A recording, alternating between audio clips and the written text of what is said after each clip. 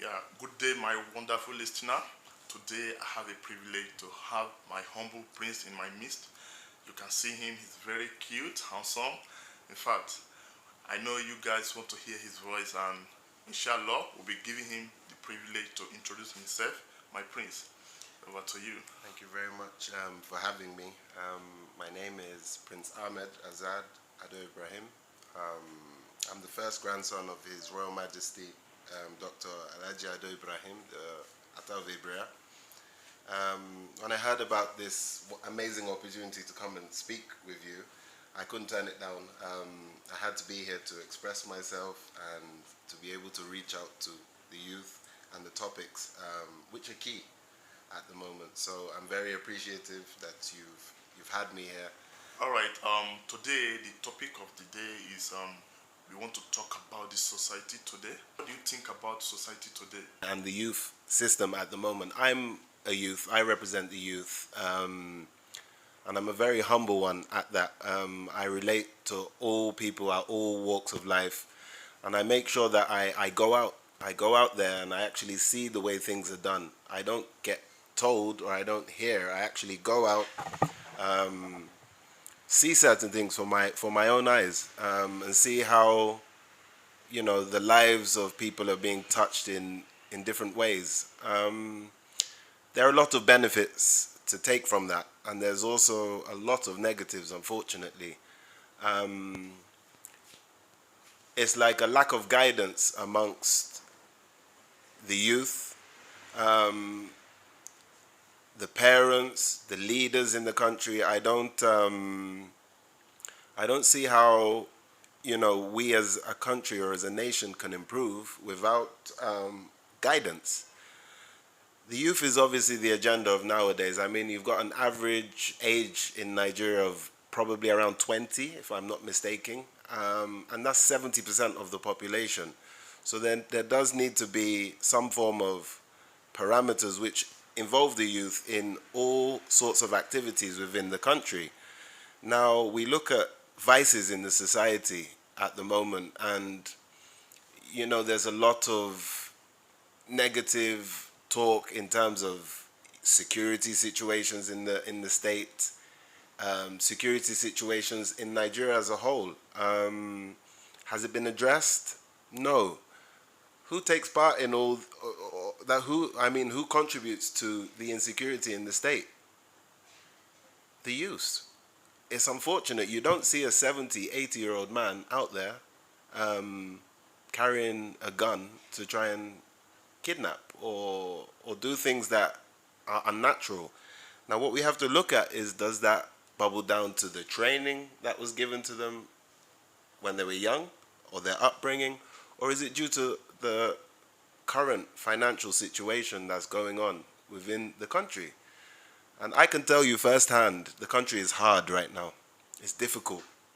And as a result of it being so hard and so difficult and so tedious, without any grounds for us to develop, you're going to see what they call a spike in non-ethical things that are going on within the society, and it's a no-brainer. It's common sense will tell you, if there are no jobs, if there's no good road infrastructure, if there's no platform for those to develop themselves, then how can we actually move on as a nation? Now, I believe that change is always inevitable, and we will always change. No matter what happens, we will always change. The only thing that remains is God and K for constant. And I feel that there's a lot that needs to be done from our leaders. And I will keep going on, and I'll keep hammering the notion that it's all to do with guidance. The spark, the fuel, the drive, the powerhouse of Nigeria as a whole, the most populous country of blacks in the whole of the world, with nearly 200 million, this is a fact. We're brilliant, we're hardworking, we're determined, we're capable of doing great things, but the society has a way of curbing that. I speak as a youth myself, and I've been in, forget the fact that I'm from a royal home, I don't really believe in that we all breathe the same air. If the air in me stops and it stops elsewhere, that's the end. Because ultimately in life, you live your life, you're born, you grow, you see things, you develop, and then you die. And these are the things that we like to put into perspective. So I thought I would express that carefully. In terms of what we can and can't do for ourselves, this is a situation where the country is in a very precarious state at the moment. You know, the youths out there are willing, able, and knowledgeable, and they want to learn, they want to develop themselves, they want a platform for themselves to grow. But when they don't see this, this is when all the other vices kick in, from, you know, antisociable behavior, to carrying arms, to thuggery, to drug abuse, to all the social vices that we do not need in Nigeria to grow.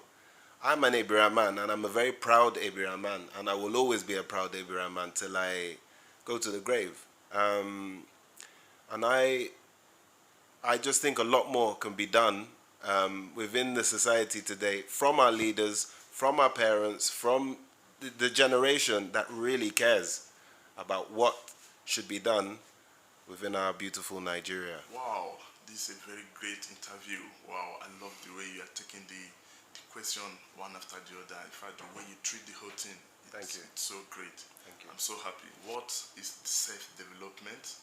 How self-development can have an impact in the society? Like the situation in Nigeria today, I think most people are lack of self-development. So what do you have to talk about self-development? Thank you. Self-development. Wow, that's a very broad, expansive topic. What is development? Development is improving step by step, starting from somewhere and leading to another place. In hindsight, personal development is absolutely important. I mean, it's a basis and a measure for how we've grown as people, not only as people, as a nation. It's very important to not be idle-minded. It's very important to always have a focus. I always tell people around me, and those are people that are close to me, that you should always pinpoint where you want to be, what you want to do in life. Where do I want to be, or where do I see myself in the next 5-6 years? Create yourself short-term, medium-term, and long-term goals and aspirations, what you want to do with your life. In life, they say it's either you're one of two things: either you're somebody or you're nobody, and that all depends on you. It's not about money, it's not about politics, it's not about social stratification, where you place in the society. We're all one. This is one Nigeria. We all have to move together as one. You take an example from other countries. I've, been privileged to move around the world, and I've seen development and how it affects, from the technological side of things to the educational side of things to the health side of things, and how it impacts our lives as human beings. My personal take is we don't force ourselves enough to want to develop. When you look at the political landscape, I mean, I'm in APC. I'm part of the ruling party, but I'm a very quiet and very vocal person. I like to observe. I'm a good listener, and when it's time to talk, I like to talk, and I like to create a platform for others to grow and to be able to express themselves. Nobody is afraid to talk, and to be able to speak their mind is important, especially if it impacts the lives of other people. We as a nation need to develop way quicker than we are now. Sometimes I feel like, we're 50, 60, 70 years behind the world. And I believe there's so much room for us to develop as a group, collectively. If we can only just listen and take advice from those that are ready to once again guide us and channel our energies in the right way. I have love for my people, and I will always, try to help people develop in the best way that they possibly can, to the best of my ability. I mean, we can't help the world, but like I said, you have to be driven and you have to be ready to make that decision within yourself. And if you make that decision from within yourself, it will affect others around you. And then we have what we call a spider web effect that keeps getting bigger and bigger and bigger till it impacts the whole nation. And that way we can grow, because we have a lot to do. And inshallah, by the grace of Almighty God, we will get there. Wow, the interview is so amazing.